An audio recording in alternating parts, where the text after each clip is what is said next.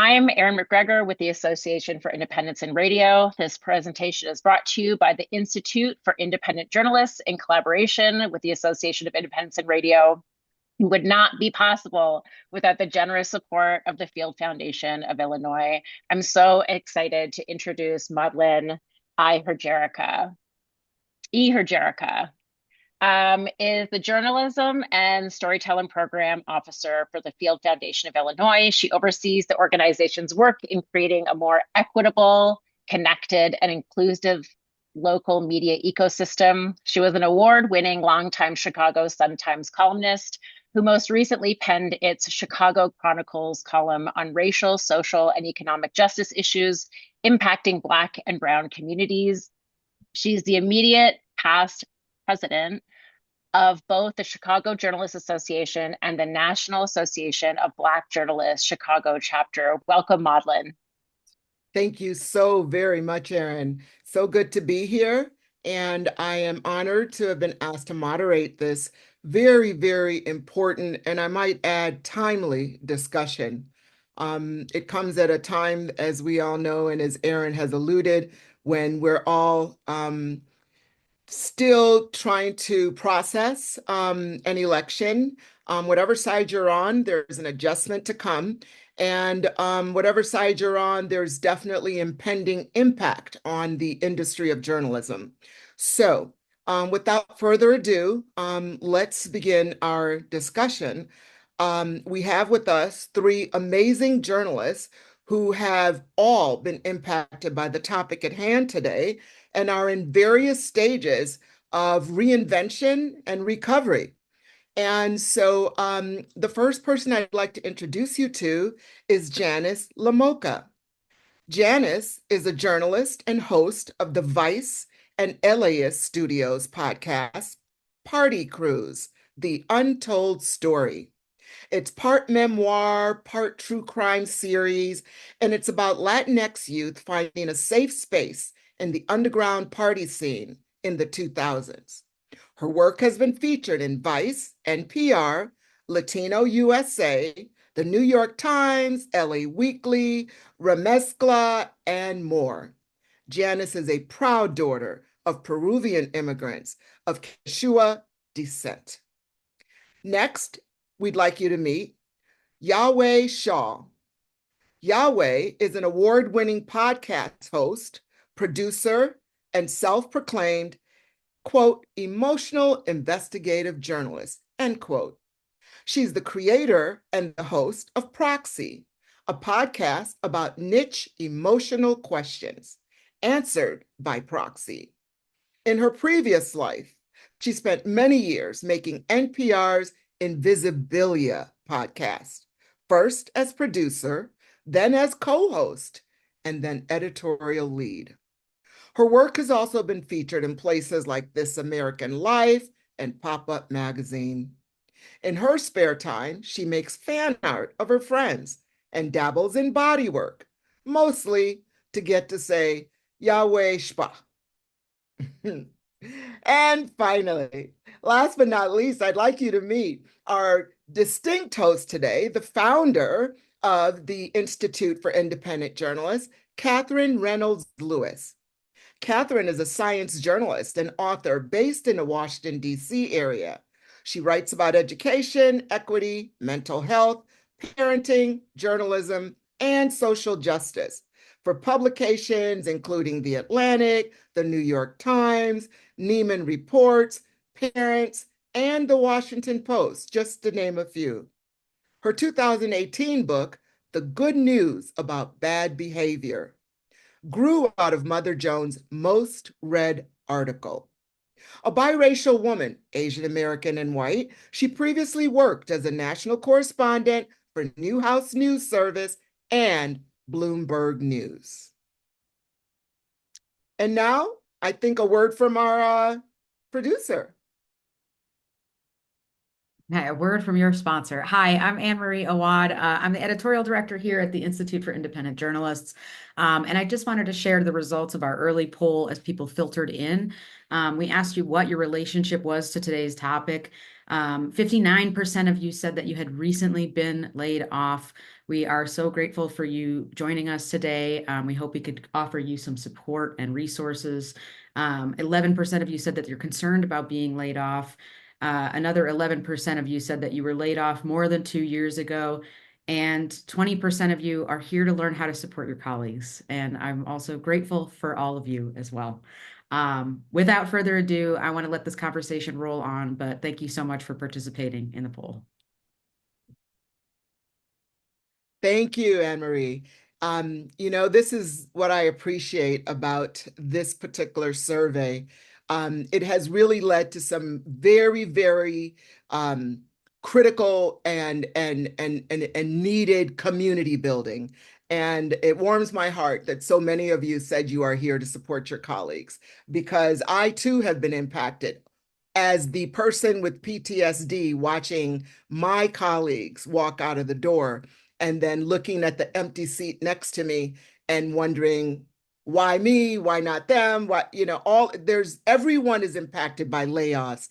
And so I thank all of you for being here. And I'm particularly happy that 59% of you who have been laid off recently and the 11% of you who were laid off more than 2 years ago are here. Okay, let's get started. We're here to talk about this very emotional issue. It's one that many people would rather not talk about. But from what we've learned in this survey, it is clear that this is a topic that must be talked about. So why don't we start with each person sharing their layoff story? Janice, would you like to start? Yes, definitely. Hey, everyone. I'm Janice, and yeah, the layoff story. I mean, I remember it very vividly. It was a Thursday, April 27th, 2023.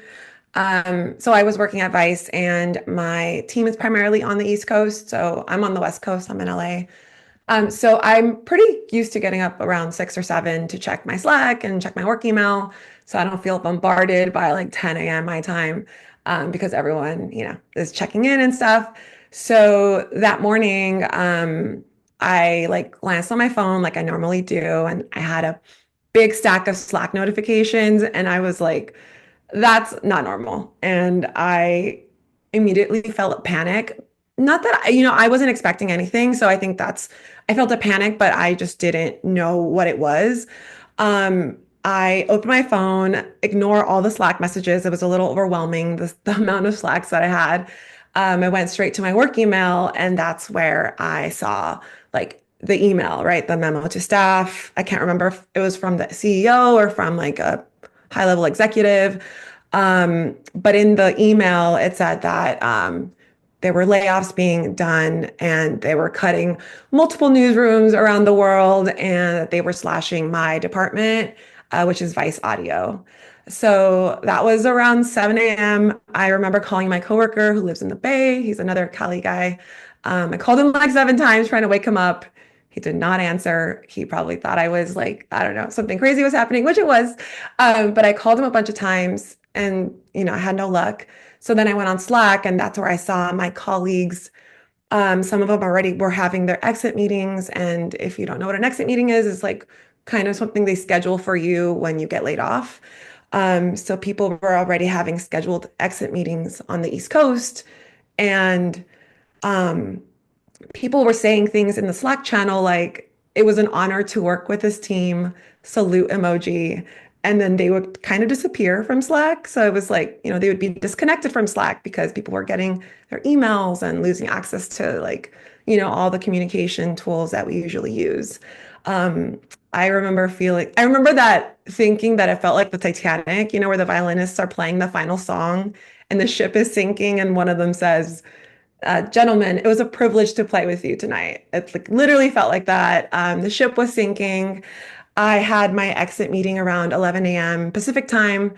And, everyone who was left on the East Coast and on the West Coast, everyone was kind of sharing resources on how to save our work, our emails, our documents, our files.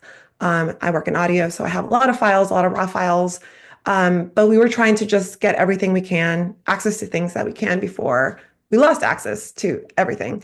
So yeah, it was a lot of chaos online. I remember it just being like really chaotic online, but I was home and I was completely alone. So that was a pretty jarring experience for me.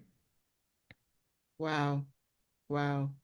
Thank you. I really love the very vivid picture you painted of the band on the sinking ship of the Titanic, because that really evokes uh, a feeling. We can all immediately feel what you were feeling. Katherine, what about you? Wow, yeah, I really am glad to be here with Yowei with um and with uh um and with Janice. I'm sorry, I'm really disoriented because I thought I would see speaker view, but maybe I did hide myself. So I apologize. I feel a little bit like not not worthy to be here because my layoff was so long ago. It was pre-COVID. I think it must be so different to have that isolated experience that Janice just described. But I was a national correspondent for Newhouse News Service, and we were we were all, sort of doing our jobs as usual in the summer of 2008. And my bureau chief started walking around the newsroom loudly saying things like, every journalist should always have a plan B. And I was like, huh, sounds like a message for me. So I decided I needed a plan B, and I started doing some freelancing on the side. And sure enough, in August they announced they were closing the whole bureau and all of us were going to be laid off. And they gave us 3 months of runway. So at that point, I had the choice to decide, do I want to try to get another full-time job, or should I bet on myself and become a freelancer? And anyone who knows economic history will know in the fall of 2008, it was the worst period of the Great Recession. We were seeing just media layoffs across the board, not that unusual than today. And I decided if I took another job, I was actually offered another job and they wanted me to quit all my freelancing on the side. I figured I would just end up getting laid off in the next round, and I'd give myself a year. So I gave myself a year. My anniversary is coming up on November 10th, which will be my 16th anniversary as a full-time freelancer. And every year I just look back and I assess, did I meet my goals? Do I want to continue doing this? And I make a decision about the year to come. But really appreciate also Janice speaking with me for my Columbia Journalism Review article on layoffs, because, having and Yowei sharing on Proxy, very raw layoff series, because I think having those emotional stories out there makes it okay for all of us to be able to share and then to get support and get help. Yes, yes, yes. I think that it's interesting to note that no matter how long ago it was, you still remember it like yesterday. The feelings that it evoked. Um, Yowei, apologies for the mispronunciation of your name earlier. You have a whole podcast about your layoff experience, as Katherine mentioned, but maybe you could share your story for folks here who may not yet be subscribed to Proxy. Yes, of course. And I just want to say this is such a special space to be together. Team layoff solidarity to everybody. So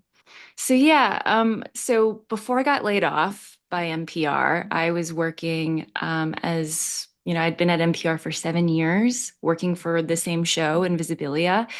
But in 2023, NPR, like so many other media outlets, started having financial troubles, and they told us that they needed to cut 10% of us off.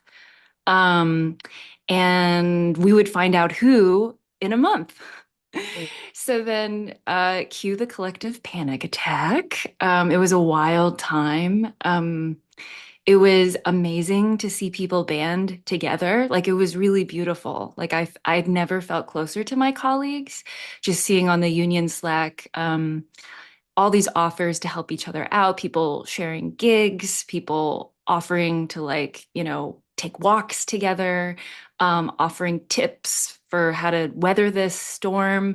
And I have to be honest, it was also it also felt a little bit Hunger Games-ish too. And I don't know if that was just in my head and I'm the weird person, but it just like I found myself doing this dark math in my head, even though I didn't want to do that dark math, where I would show up to a Zoom meeting and I would just be like, which one of us is going to be left by the end of this month? And, you start wondering, like, what is your worth according to the company? And, just all these things that I don't believe in and I don't stand by. So it was a very weird time. I ended up getting the chop. And I think this is where the mystery, like the emotional mystery began for me, because, you know, even though I knew that layoffs are an occupational hazard of our industry, even though NPR literally told us that 10% of us were going to be laid off, I was still so shocked. I was so shocked. I'd never expected to be laid off, which is silly. That's not how things work. But I think that revealed to me my own kind of like buying into the myth of meritocracy that I didn't realize that I believed. And so that was weird and kind of disheartening to realize. And then in the aftermath of the layoff, I think another mystery kind of presented itself to me, which was like, I knew, well, NPR told me that the layoff was not about me. I mean, I think that that's like technically in the definition of a layoff, when they fill out the paperwork, it's like a no fault termination. So they are legally required to say this. Whether that's true is, anyways, you can listen to my series on that. It's a whole other story. But like, I knew that it wasn't about me, and yet I felt like it was about me. And the layoff, I had about as good of a layoff as you can get. We had an excellent union contract. I had severance. I had advance notice. I was in a good position personally. I didn't have kids. I had savings. I had 15 years of professional experience. So I was like probably in a good position to get another job. And yet my self-worth was on the floor. And I felt so much shame and I wanted to hide from everyone in my life. And so that was another mystery of like, why did this feel so personal? Why do I feel so much shame? There's this disconnect between my intellectual brain and my emotional brain. And yeah, so that's sort of why I decided to report a 3-part series on the emotional toll of layoffs.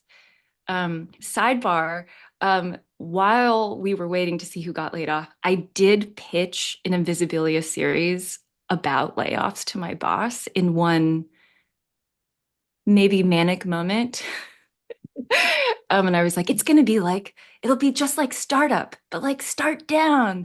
And I thought I still think it's a brilliant idea, but my boss said no. So. Wow. Wow. Thank you, Yowei. Thank you. I have to tell you that the comments coming in on chat about your layoffs podcast is it is moving, impacting, helping so many people. We've got people like Caroline talking about it. We've got people like Tess Novotny talking about it. We have there's just so many people. There's Annie Nagoyan talking about it. Everyone's talking about their layoff story, and many are mentioning your series. Thanks everyone for sharing. Now let's turn to the survey and let's talk about what we learned about the impact of layoffs. Katherine, I'll let you take it from here. Please tell us more about the survey. Thank you, Maudlyne, and thank you everyone for sharing. So yes, one reason that I think this felt so personal to me is because I was laid off in the 2008 rounds of layoffs. So I'm just going to share a few slides. In the last 3 years, 8,400 journalists have lost their jobs. That is 9% of our workforce. So it's 1 in 10 people. It's really not, we're not alone. Our survey ran this year. We ended up with 176 responses, up to 38 questions about their demographics, the impact on them, their role. And the survey is still open. We're excited to continue this work because there is so little transparency. So you're certainly welcome to take the survey. It's on our website, theIIJ.com as well.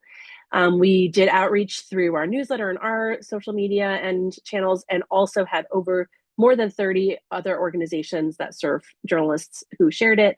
My article in the Columbia Journalism Review was sort of the brief results. And then, of course, the Field Foundation of Illinois funded us. This is the project team. I pretend to be a data journalist. I am a science journalist, so I can know my way around an Excel spreadsheet, but Adrian Garcia, Cam Rodriguez, Lam Vo, and Grace Lee were really instrumental in conducting the survey. And here are the results. So disproportionately, people of color were overrepresented among laid off journalists. So even though we only make up 17% of the industry overall, according to Pew, we were 42% of laid off journalists. This is a detailed race and ethnicity, which, I always have to say our methodology, it's not a representative sample. However, because we spread the survey so far and wide through so many different journalism channels, I'm pretty confident it's a good snapshot. As you get down into detailed groups, it may not be as representative. And then we also know disproportionately women were overrepresented and men were underrepresented. So you can see women are almost half of the industry, but we're more than two thirds of laid off journalists.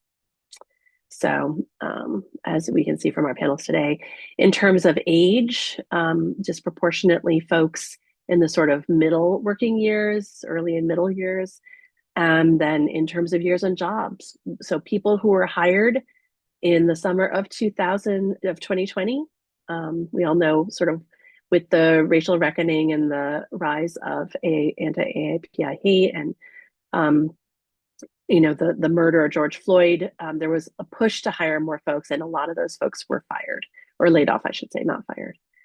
So more than half of the folks who were in our survey had been in that specific job for 3 years or less. And then similar sort of to the age group, we see that folks who were in the middle experience or pipeline of future leaders were disproportionately represented, but this wasn't quite as bad. Then we also have some statistics on folks with disabilities and by sexual orientation. And the rest is just a little bit about us. So I'm going to stop the share. But for me, it was really important to do this survey because we don't have good demographics about the industry anymore since the news organizations stopped voluntarily disclosing the demographics of folks in newsrooms. So we didn't know who was leaving newsrooms. And I'm happy to answer any questions, but those are the sort of quick overview of the survey results. Thank you, Katherine. Thank you. I think that for myself, the survey validated what I have suspected and really what has been the tragic trend in the industry. The industry has always suffered from a lack of diversity. The industry has always had a glass ceiling for women. The industry has never really dealt with some of the other issues in terms of diversity, disability, that is LGBTQ. Our industry just really is very good at pointing the finger at the rest of society, but very, very bad at pointing the finger at ourselves. Thank you. Thank you, Katherine. And I encourage everyone on the webinar to please go and dig a little deeper into the survey results. It's really fascinating and eye-opening. And I'm very proud to say that with IIJ, the Field Foundation of Illinois, will be hosting an event on November 19 here in Chicago. So if you're in Chicago, please reach out to Katherine or any of the IIJ folks for information. We welcome you to join us because we're going from survey results to call to action. Yowei, let's turn it back. You've done a great deal of reporting and research on layoffs, specifically on the psychological side of things. We just heard the very disheartening numbers. Can you share more about what you've learned about the psychology of layoffs? Yeah. So from my reporting, I feel like a lot of the reporting that we do, at least I do on feelings, you're like, oh, I feel so alone, or I feel so like different. And then you look into the data and you talk to experts, and it's like, oh, there's a reason for why you feel this way. There are these structures, and it makes a lot of sense. So for this question of why do layoffs feel so personal? There are a few things I want to mention that I thought were interesting and might be helpful. So I talked to the sociologist Ofer Sharon, who did this interesting study comparing American tech workers and Israeli tech workers. This was a study a while ago. And he found that the Americans blamed themselves and the Israelis blamed the system. And this is like a finding that's been like repeated in other studies, that like Americans we love to blame ourselves.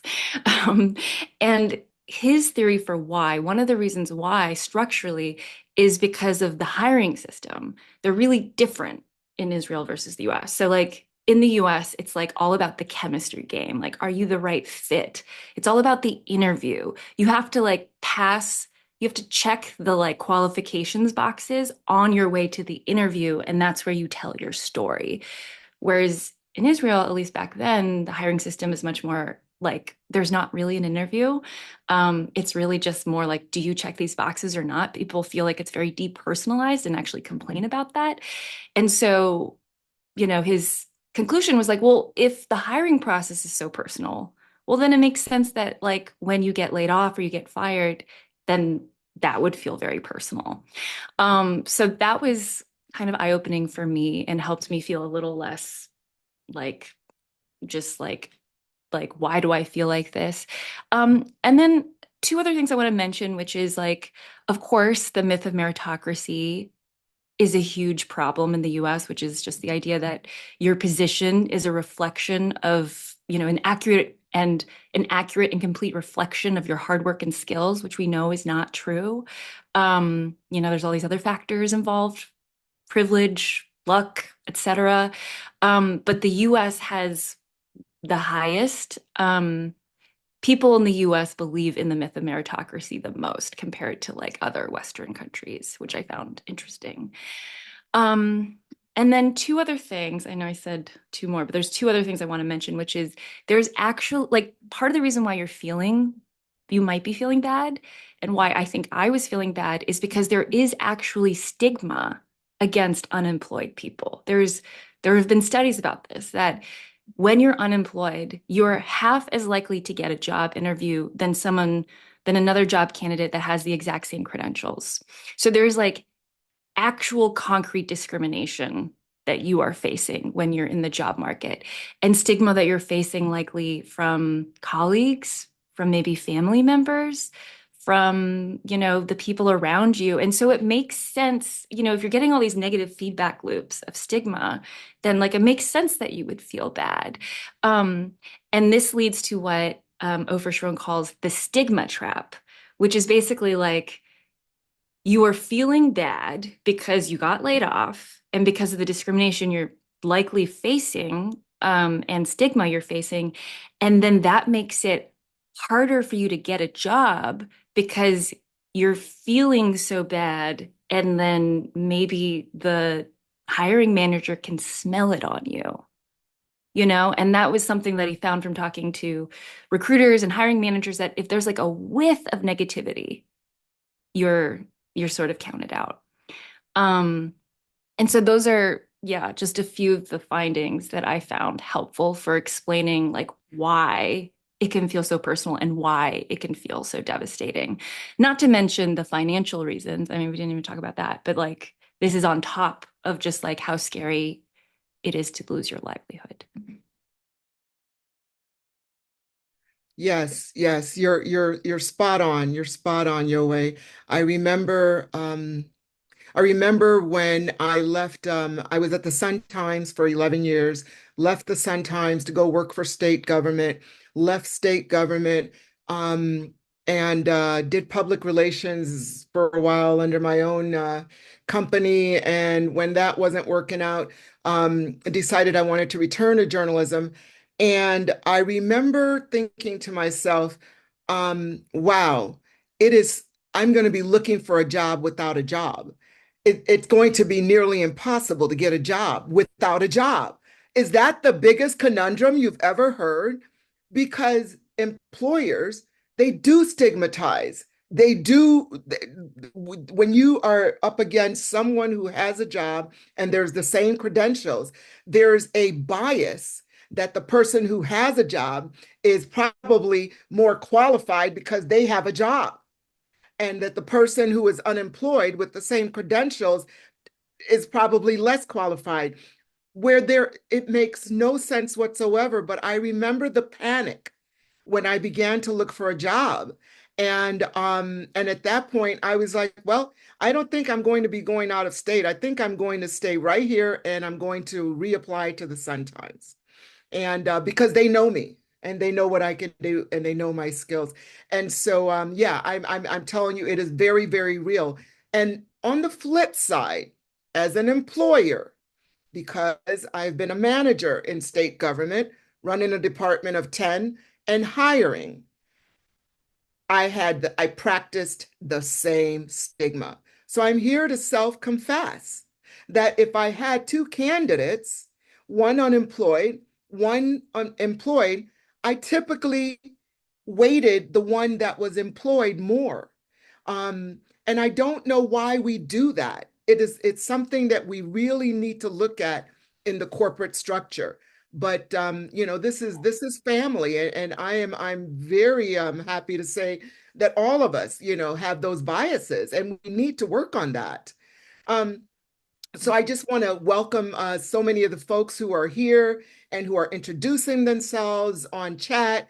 You know, thank you, Christopher from Detroit, and thank you, Patty from Philly, and thank you, Amanda from Brooklyn. We're appreciating all of your comments. We're appreciating your introducing yourselves. Let's turn to once a layoff happens. What then?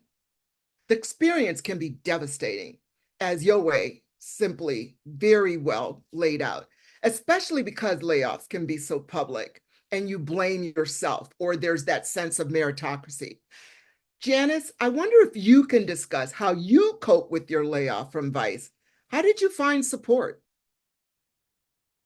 Yeah, so thank you for the question.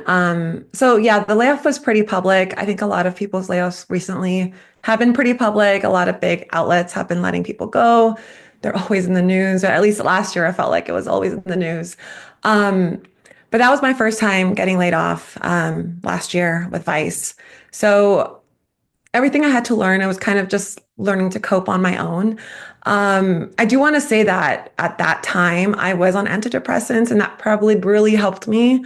I was already treating depression like during COVID. So I think that was a big help for me, like just in my mental state when the layoff happened.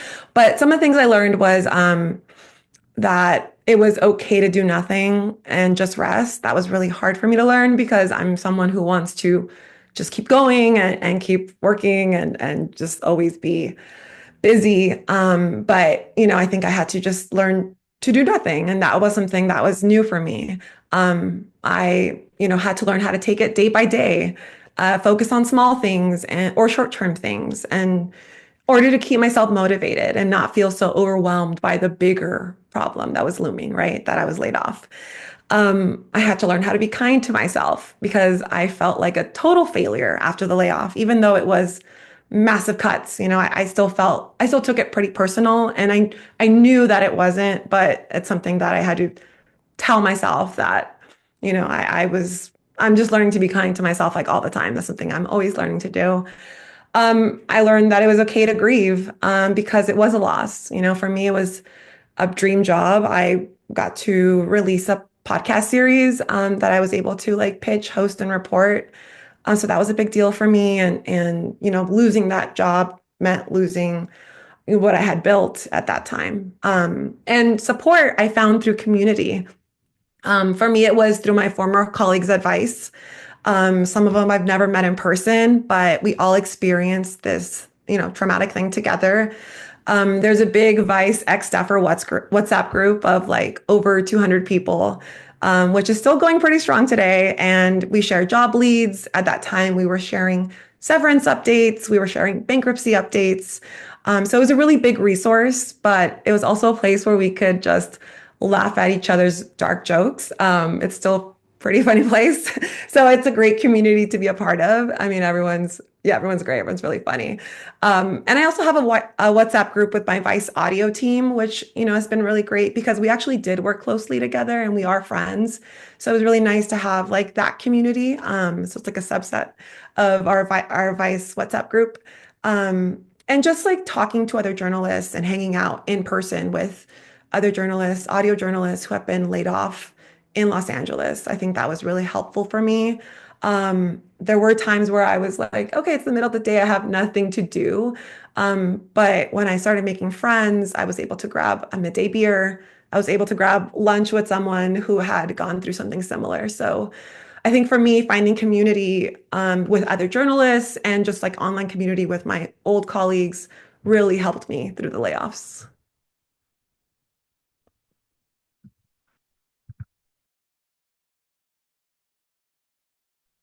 Oh, Maudlyne, you're muted still.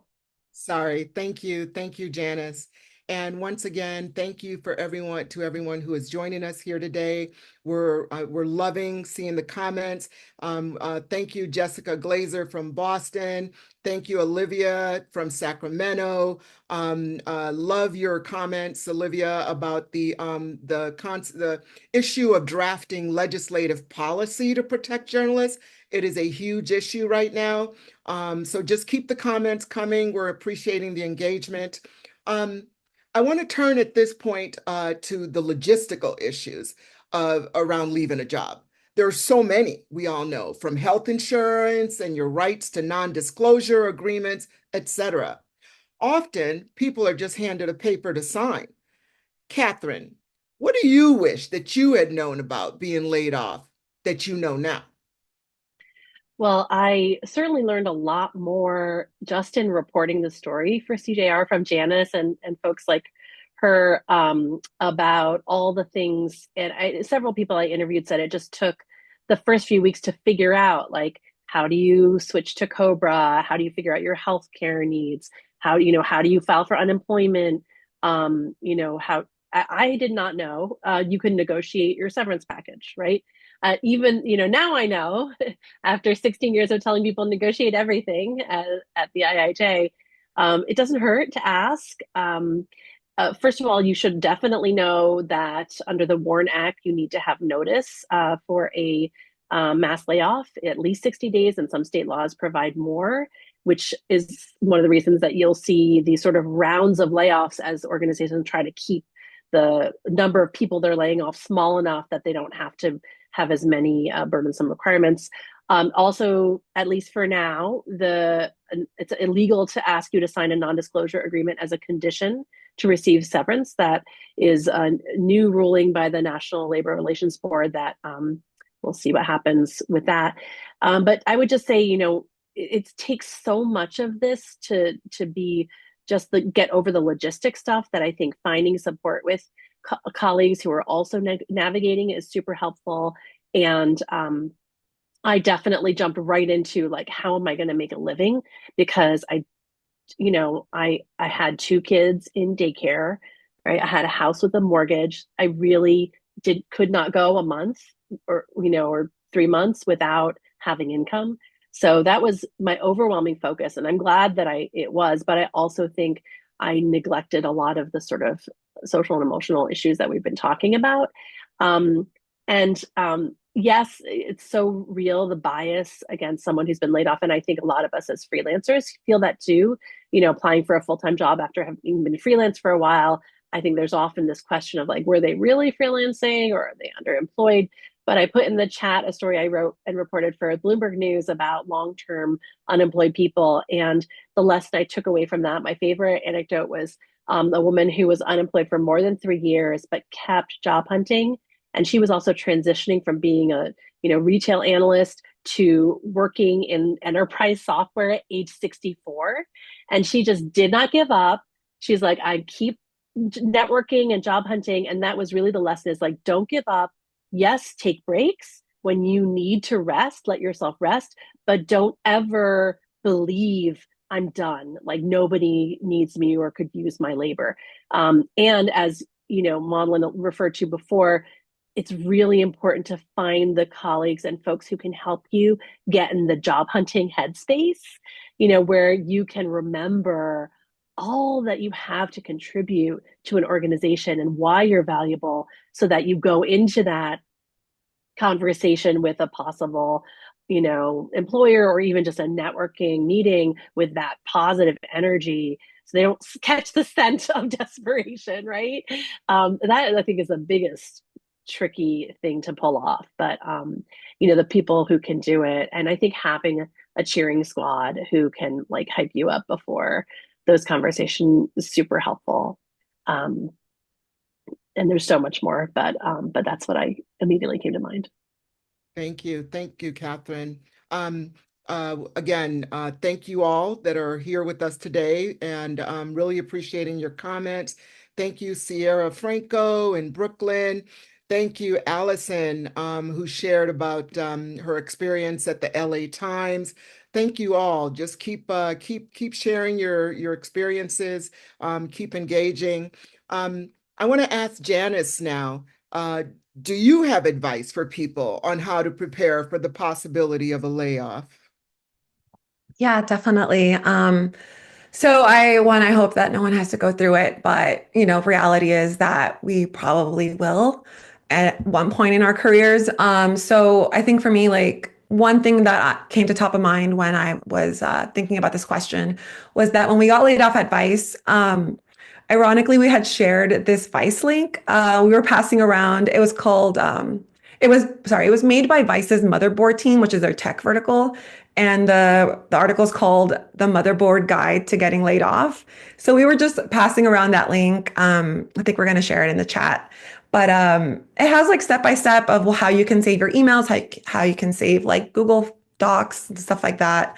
I would prepare and do something like that ahead of time, or even just like, I don't know, every 6 months or every couple of months, just so you make sure you have everything. I mean, sometimes people don't have hours before an exit interview. Sometimes they have like minutes. So I think just being prepared in anticipation of something that could potentially happen is really important. I think that I wish I had all the copies of my files ahead of time. So, if you're someone who works with a lot of files, has, you keep them on a Dropbox, like on a work Dropbox, I would download and back those up just to have just in case.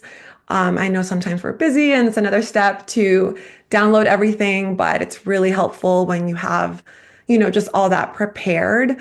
I think for me, I did have some savings, so that really helped me. I wasn't thinking about a layoff potentially. I was thinking more about health. So I just happened to have savings. I know it's hard for people to have savings, but if you can, I would just um, have some savings to get you through some months of, looking for work, of unemployment. Also, just start researching how to file for unemployment is really important. Research your unemployment laws in your state. I live in California, and the law here required Vice to pay all the PTO that I didn't use. But I know that my colleagues in New York, they did not get their PTO paid out because I think it's not required by law. I'm pretty sure that was the case. So that's something that I would just be prepared for. And also, if you can figure out, I would try to see what your severance package would look like ahead of time. I already knew what it was because I'm in a union and our collective bargaining agreement had it laid out for us.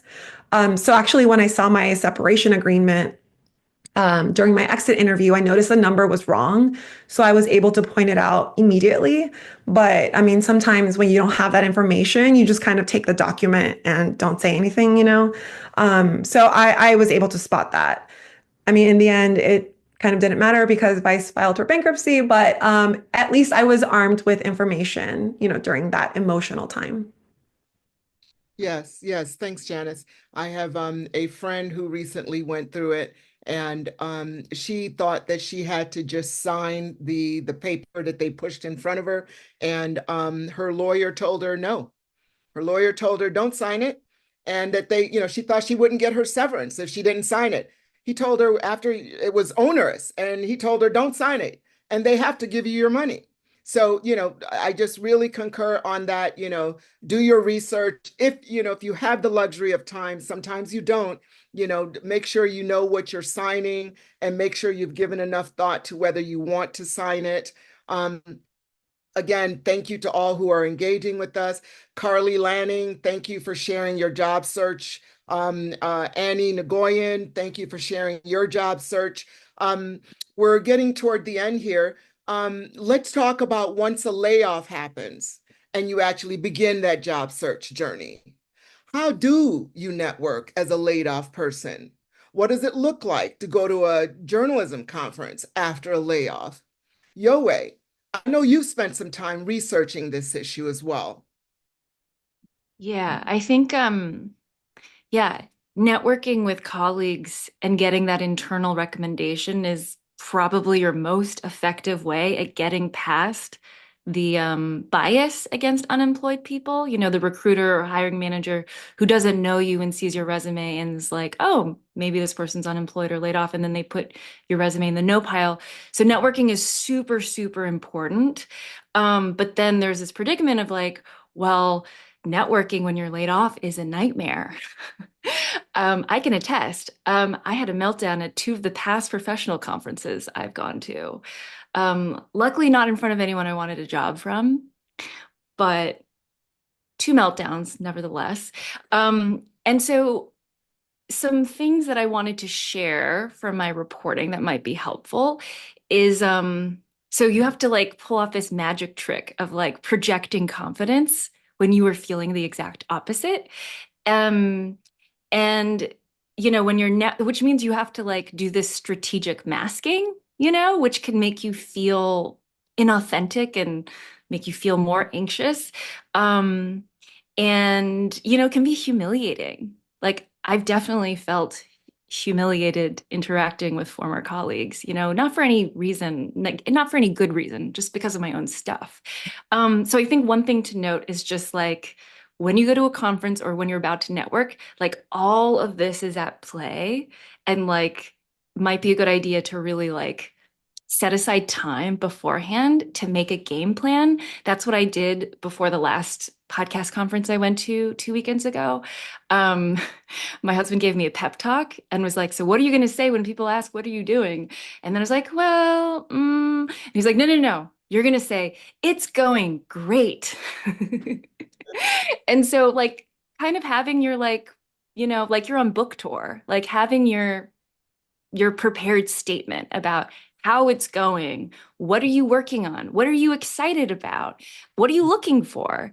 And not letting those negative feelings stop you from networking and trying to meet new people, because that might, because you it's like a numbers game. The more you network, the more chance you have of getting that recommendation that might get you the job. So some other things that Ofer Sharon said, the sociologist, he found from his research, keeping the conversation on the other person is good because it can feed egos and deflect attention from your own unemployed status. He interviewed a bunch of MIT Sloan alumni about, networking and getting asked to help unemployed alumni, and there was a uniform dislike of being directly asked for a referral or any approach that seemed overly transactional. Instead, alumni wish to be made to feel that the job seeker wants to connect with them. And then let's see. Yeah, I'll wrap this up real quick. I think the other thing is to like find your safe people at a conference. Like really prioritize your mental health before, during, and after. Take breaks when you need it. Find your like posse, your safe people that you can like vent to if you need to.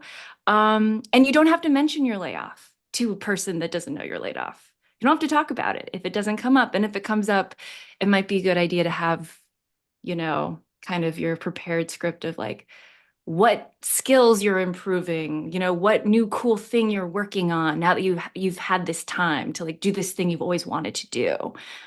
So those are some tips I have. Thank you. Thank you, Janice. Once again, as we wrap up, thank you for all who are engaging with the conversation. Thank you, Anna Economides, for your comments about the roller coaster and the scrutiny, the extra scrutiny that one gets.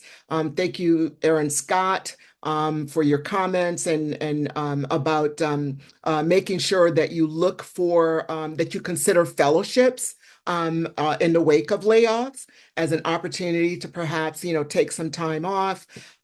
So yes, thank you again. I've really enjoyed hearing from all of you. Well, let's wrap up with final comments.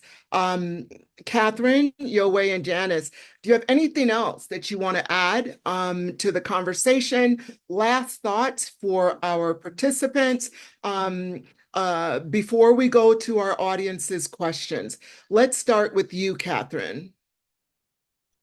I would just say that after 16 years as a freelance journalist, I can tell you that journalists are some of the most effective and productive humans on the planet. So a laid off journalist has so many skills that are useful to folks across the board in so many different fields. And we can do things that other people, shrink from, like make a cold call or write something in a day. I often, when I first started freelancing, a client would say like, well, how soon can you get that back to me? And I'd say, well, what's your time frame? And they'd say 2 weeks. And I'm like, can I write 800 words in 2 weeks? Yeah. Or like 3 hours. So don't sell yourself short. Don't count yourself out. It's really hard when we're in this bubble of journalism and everyone we know is in that Hunger Games sort of mentality of trying to grab the last one. But there are so many opportunities to use our skills and to continue doing journalism in whatever capacity we want, that I think if I could just imbue one thing into people here, it's that sense of you don't even understand how the outside world looks at what we can do. And they're like, you did that in a week or a day? It would have taken me 6 months, right? Mm-hmm. Yes, I agree. I agree, Katherine. Our skills as journalists transfer over so nicely to so many different fields. Next, what about you, Yowei? Final thoughts, suggestions? This is a personal thing that I did that I found helpful because it really bothered me. Like I had trouble when people would ask, like, how are you doing? What's going on? And I would have a bummer response because that was actually the reality of how it was going.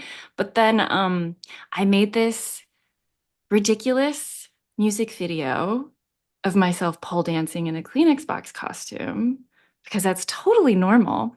But it just became this like weird art project that reframed this negative experience and gave me something fun and ridiculous to talk about. So then when people asked me, how's it going? How's your layoff? I could just be like, look at these ridiculous photos. And then over the months, like the layoff came to mean something else to me. So that was just one very weird concrete thing that I did. And I will drop the music video if anyone wants to see it. Thank you. And I encourage everyone to watch it. Oh my gosh, it will at least make you smile in a difficult week. And Janice, why don't you wrap us up with your final thoughts? Yeah, I would say I mentioned community earlier. Like I would say really lean on community, especially for work. I've hit up everyone I've worked with that is working somewhere that can potentially hire a contractor. And I've been able to stay afloat for the past year and a half. And I'm still looking for a full-time staff job, but I also am working contracts. And, that was all thanks to people knowing because I reached out to them. If I didn't reach out to them, they wouldn't know that I was looking for work. So I just have to get over some of that, not shame, but maybe some of that pride, and just let them know I'm looking for work. And they think they get, then I'm in their head when they need someone. So I think that's, been really helpful, and just word of mouth. So lean on your community, reach out to them, and, if they have work, at least they can consider you. Thank you, Janice. We're going to turn to questions now. And, again, just thank you all for having shared in the chat. Prabarna Ganguly, a science communicator, thank you for joining this. You said you were laid off a few days ago. We're so glad that you're finding community here. Willow Belden, thank you for joining us. You talk about the disillusionment, about the state of our industry. We don't want to stay in disillusionment. So let's just continue to support each other and answer whatever questions that we possibly can to help you. I'll turn it over to our sponsor for the questions. I'm happy to, but actually I think that was up to you. Okay, so hold on. Where are the questions? And So I think if can you run click the Q&A. and can Yeah, run I the can do it. Q&A. Okay. Yeah. Hi again, everybody. So yeah, we have a number of questions. We're going a little bit long, but it sounds like this is a conversation everybody really is eager to have. So we'll try to take as many as we can. We have a question here from Emily Signer. I'm going to try to pronounce folks' names as well as I can. Forgive me if I flub. Every time I hear about another group of layoffs, I'm like, oh no, more competition for freelance work. How do I approach freelance work more expansively rather than competitively? I feel this one. Who wants to take this? Why don't we start with Katherine on this one? It's such a good question. I think it's okay. I would start by just acknowledging that, yeah, sometimes you're not in a expansive mentality. Sometimes it feels scarce because it can be, and recognize that what you need in those moments. I personally have found that networking with other trusted colleagues as a freelancer is one of the top strategies that has made me successful, because not everyone can do all the work and not everyone wants to. So it helps me to be in community with other freelancers who have overlapping but not identical skill sets and interests. And I think that's the key, is like try to not always be talking to people who are going for the exact same jobs or gigs, because that's where you start to feel like, ooh, I wish I had gotten that instead of my friend. And nobody wants to feel that way. We want to be able to celebrate our colleagues' wins. So yeah, it's not easy. I think you put your finger on a hard thing. I'd love to hear what Yowei or Janice have to say about that. Yowei, how about you? And then we'll Yeah. move to the next question. Sure.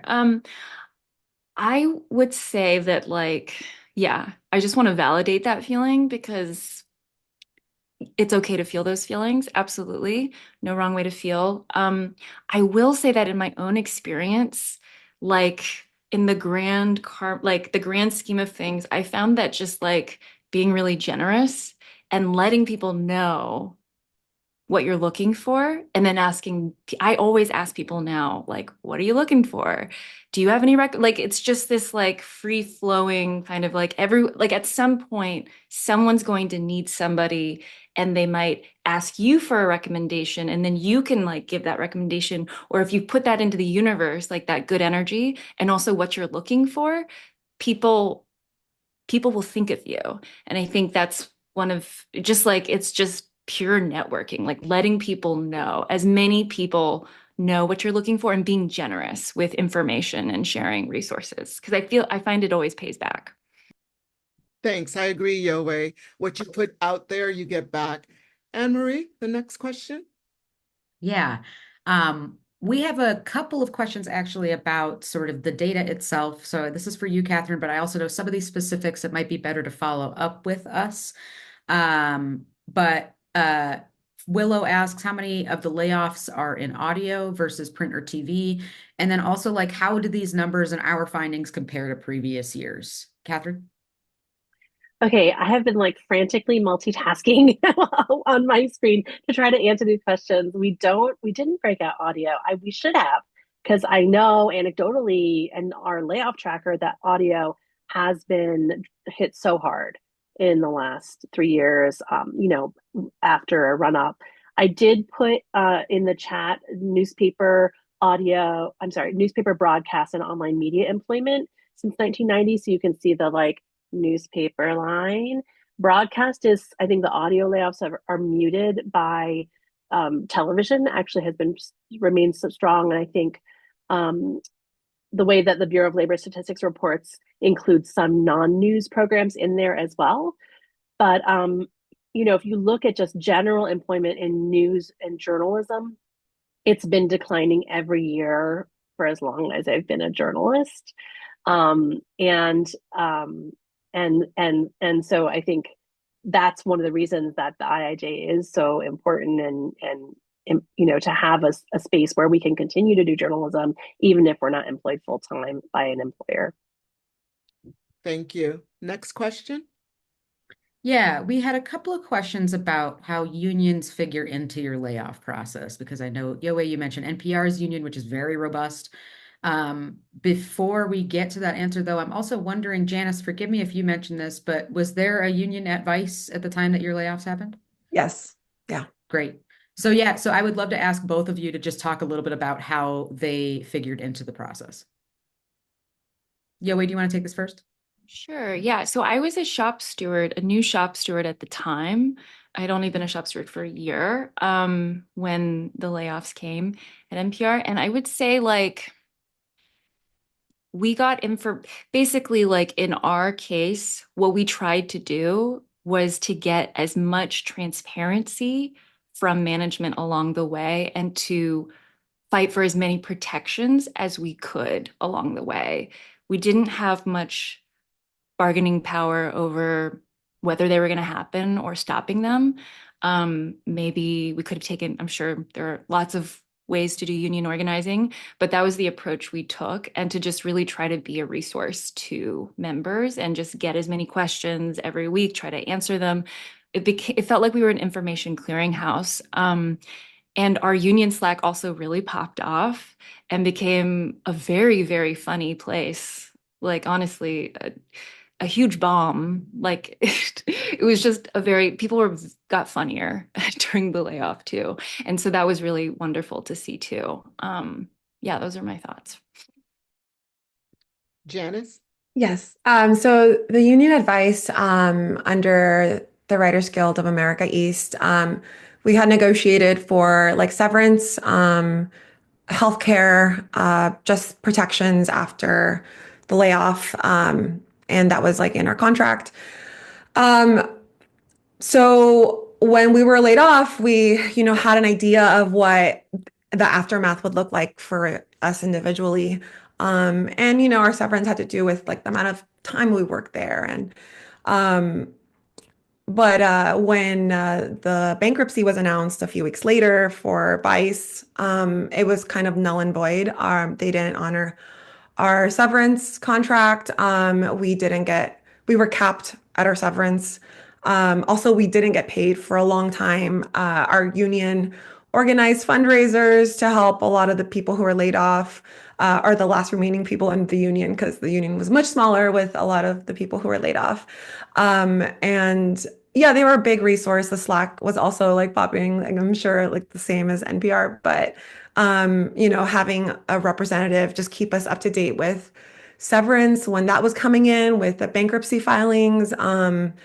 We all were trying to do like some kind of lawsuit to try to get the rest of our money that we were owed to us. But I don't know if we'll ever see that, but it's, but we had guidance and we had a lawyer working with us. So I think it was just really helpful to be part of the union at that time. I'm still part of the union, but well, at least with the guild. But yeah, it was really helpful. And yeah, so having a union contract definitely gave us like, an overview of what could look like. Ours was a little more specific. Next question. Great. Thank you both for sharing. Katherine, I think you shared a lot of really great information about labor law and sort of what your rights are in this situation. We've got a follow-up question about the NDAs, the NLRB ruling recently about NDAs. Could you go into a little bit more detail about that? Oh, sure. It used to be legal to say in order to get your severance package, you need to sign a non-disclosure agreement. And as of March 2023, the NLRB ruled that employers cannot do that anymore. Um, the other thing I wanted to share was if you're over 40, I put this in the chat, you actually have specific rights for changing your mind after signing a severance package or having longer to review it before you sign. So hope those two are useful.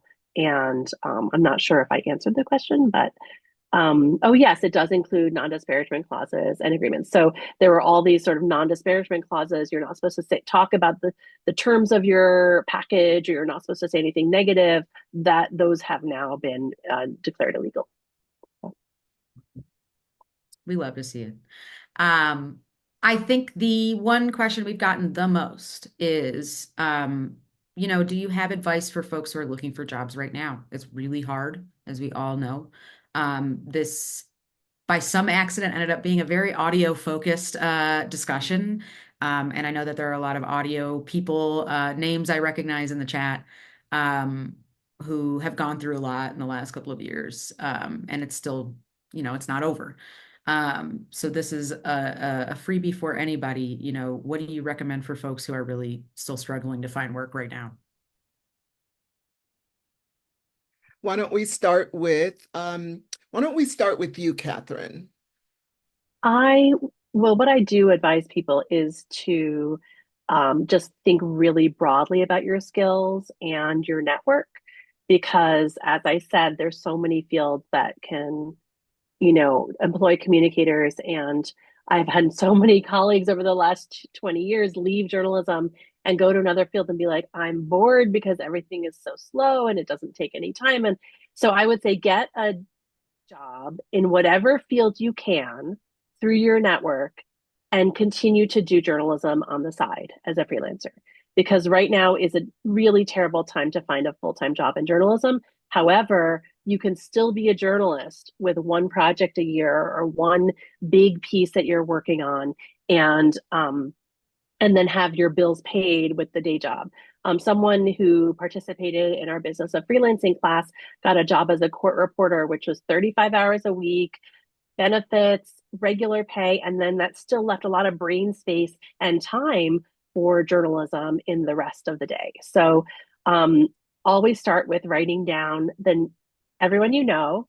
In the business of freelancing course, we call this a network map, where you write down everyone you know from every space, like your middle school, high school friends, your church group, or your sports league, and just systematically go through, as we've been talking about, reach out, have a positive connection, have a call, share what you're looking for, ask how you can help them, stay in touch, and you will find out who are the people who are good networkers, who keep you top of mind, who send you leads, and then you can focus more on those folks moving forward, because some people just aren't good at that. They don't have that connecting, instinct, or they don't make the connections. I also think it's really helpful to be visible in communities like journalism professional associations, or if you're looking adjacent to journalism. And our December webinar is going to be on journalism adjacent opportunities. So like in communications or branding or marketing, in those spaces, if you can volunteer or be part of an organization, you're more visible. So I know I got a ton of leads from being involved with the Asian American Journalists Association. And I know that folks who have been on webinars like this or on our annual conference get opportunities because they're more visible. So I think it's the whole put yourself out there, but in a targeted, strategic way. So you're not just applying to cold applications online. You're really building on the network and the relationships you have from people who want to help you, because you're giving them an opportunity to feel good that they helped help you out, and you're looking for ways to help them in return. I think we're going to end with this question. So we're going to have Yowei and Janice chime in, and then I have some thoughts of my own, because this is the all-important question. What should we be doing now? What are the basics of looking for a job? Yowei, you want to tackle? Yeah, I mean, I don't have much to add to that. I thought that was excellent. I would just want to underline the how to get more visible point. I think like, yes, joining professional organizations, but also organizing, like organizing meetups, organizing resource groups, organizing events, like giving back to the community. I found really like you're going to get goodwill. You're going to be more visible. People want to help you. I think that can be really useful. Obviously have a website. That's obvious. I think also think about your ability to teach. When I was a freelancer in Philly for 5 years before NPR, that was one of my main gigs was teaching community media and youth media. So I would consider pitching after school arts programs and basically any nonprofits in your area or companies on a podcast. I did that a lot. And I got some gigs doing that when I was freelancing. Thank you, Yowei. Janice?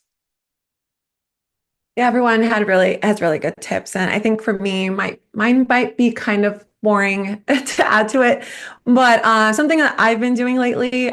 So I've been trying to apply to more jobs. As we all know, they're kind of scarce, especially in audio.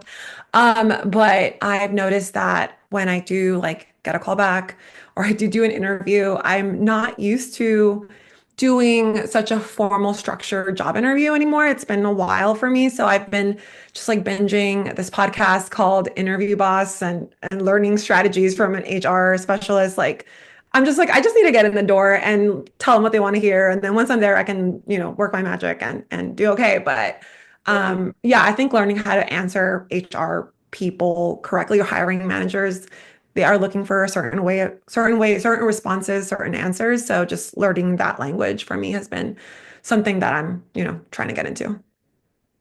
Wow, these have all been fantastic tips, fantastic advice, and I'll double down on all of them. My list that I always share is the first thing you have to do is make sure that you have collected all of your prior work in a central point. So as you're walking out the door, you've got to have that portfolio, whether you're binge downloading, whatever you're doing. Number two, make sure that you have transferred over your inbox from the job you're being laid off on. It's simple to do, whether you get the software to do it yourself or whether you pay someone to just transfer your entire inbox. That's so that you're not forgetting any contact that you have had in the last X amount of time while you are at this job. And it may be worth doing before you get laid off. Number three, once you are laid off and even before, make sure you have a website. A website is such a simple thing. It takes, it used to be very expensive. Now today you can do it with any app. And all you need is the page that's got your bio and the page that's got your work. That's it. You can spread out and do more complicated things after that, but just make sure that you have one central point that you can give people. Number four, LinkedIn is all important. Make sure that you update your LinkedIn, that you are very careful with the wording and the language of your LinkedIn and your resume. Your resume and your LinkedIn should read like your best news story. It should be engaging. It should draw people in. It should be full of flavor. It should not just be dry. It's got to be, you've got to show them how you write, how you talk, and make sure that, everything is professional. And on your LinkedIn that you then have open to work. Because what happens once you have the open to work is you trigger the weekly, sometimes daily lists from LinkedIn of potential job fits. A lot of people sleep on that. If you do that and you get this list, you will find a trough of jobs that you never even considered. And that's number five. Consider other jobs outside of journalism because you're going to get jobs that fit someone who can write, someone who can speak, marketing, public relations, communications, teaching. As Yowei said, all of those call on these skills. So those are the tips that I always give. And the last and final tip I give is sign up, join IIJA. Asian American Journalists Association, NABJ, National Association of Black Journalists, NAHJ, National Association of Hispanic Journalists, MGLJA, the LBTQ Association of Journalists. Who else? Society of Professional Journalists and Online News Association. These are all organizations that can help you network. I mean, typically a local chapter is like $75, I should say $35 to $75. So, if you can find the money to join these organizations and get this constant emails from these organizations and network, get to know people, it will make your search a lot easier. And on that note, I want to thank all of our panelists. Thank you, Yowei. Thank you, Janice. And most especially, thank you, Katherine, for IIJ taking on this very important survey, inspiring these very needed conversations, continuing to expand community for all of us as journalists. We hope you all have a wonderful weekend during this very, very difficult week, and we'll see you next time. Our sponsor, any word that you want to take us out with? Any housekeeping? Okay, Any housekeeping? No, just a reminder that this is recorded. If you want to share this with anybody, if you had to duck out early, in which case you wouldn't be hearing this announcement anyways, this will be up on our YouTube and on SoundPath starting next week. We'll share it in our newsletter on Substack. If you want to subscribe, go to substack.com/@the-IIJ. Otherwise, thank you so much, everybody who joined, everybody who shared their stories. We're delighted to be in community with you, and that's what really matters in this moment. So please stay connected with us. And like Maudlyne said, have a great weekend. Enjoy yourself. and huge thanks to AIR for partnering with us on this webinar and for always hosting our webinars on SoundPath. Thanks, Erin. Bye, y'all. Thanks for having us. Thanks for hosting.